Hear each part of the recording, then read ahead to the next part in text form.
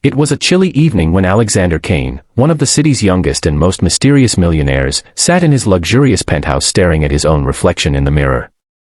To everyone else, Alexander was the perfect man, tall, handsome, with sharp features and eyes that spoke of hidden pain.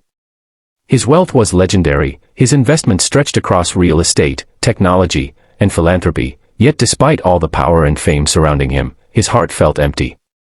Women flocked to him for his money, his lifestyle, or the fame that came with being on his arm, but not once had he felt the warmth of someone who loved him for who he truly was. Over the years, bitterness had settled inside him, making him cautious, skeptical, and distrustful. That's when he came up with an unusual plan. He would pretend to be disabled on his next blind date, sitting in a wheelchair, observing carefully how the woman treated him before she ever found out about his fortune. If she walked away, he would know her heart was shallow, but if she stayed, maybe, just maybe, he would finally find the sincerity he had been longing for. The blind date had been arranged by his old friend Marcus, who was tired of watching Alexander push everyone away. "Just meet her, Alex. She's different," Marcus had said. "Her name is Emily Hart. She's a teacher, not some gold digger. Give her a chance." Alexander chuckled bitterly, knowing how many times he had heard the same promises before, but this time he decided to test not Emily, but the very concept of love. He instructed his driver to prepare a wheelchair, and he practiced moving in it, adjusting his demeanor to look convincing. By the time he arrived at the cozy little cafe where the blind date was set, Alexander Kane was no longer the tall, intimidating tycoon. He appeared as a man bound to wheels, fragile, vulnerable, dependent. He knew that if Emily judged him tonight, his heart could finally close its doors forever. Emily was already seated at a corner table, wearing a soft lavender dress that matched the gentleness in her eyes. She was different from the glamorous models Alexander was used to meeting. Her hair was simple, her makeup light, and the warmth in her smile as she stood up to greet him almost broke the walls he had built. But Alexander forced himself to stay in character. He wheeled forward, keeping his gaze neutral. Emily blinked for a second when she saw the chair, as though surprised, but then something extraordinary happened. She smiled even wider, bending slightly to meet his eyes, and said, "Hi, Alexander. I'm really glad to meet you." No hesitation, no pity, no awkward shuffle. She pulled out the chair opposite him and sat down gracefully, treating him as though the wheelchair didn't exist. Their conversation flowed easily. Emily spoke about her students, her passion for teaching, and the little joys she found in helping kids who came from broken homes. Alexander listened carefully, testing her with subtle comments. At one point, he said, "It must be difficult to sit with someone like me, a stranger in a wheelchair."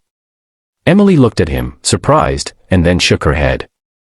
"Honestly, I didn't even notice the chair after the first second. What I see is a man who seems kind and thoughtful. That matters a lot more than anything else." Those words struck Alexander like thunder. He wasn't used to this. Most women either exaggerated kindness to mask discomfort, or they avoided eye contact altogether, but Emily's sincerity was so natural it was disarming. The evening stretched longer than either of them expected. Emily laughed at his dry sense of humor, and Alexander, forgetting himself, found moments of genuine joy he hadn't felt in years. Yet beneath his smile, guilt gnawed at him. He was lying. He was testing her. He wasn't really disabled, and part of him wondered if revealing the truth later would shatter everything they were building tonight. But another part of him whispered that maybe, for the first time, he had found someone worth trusting with the truth. As they left the cafe, Emily insisted on helping him with his chair down the small ramp. She didn't treat him like a burden but as a partner, making light jokes along the way. "Next time, I'll pick a cafe without stairs," she teased.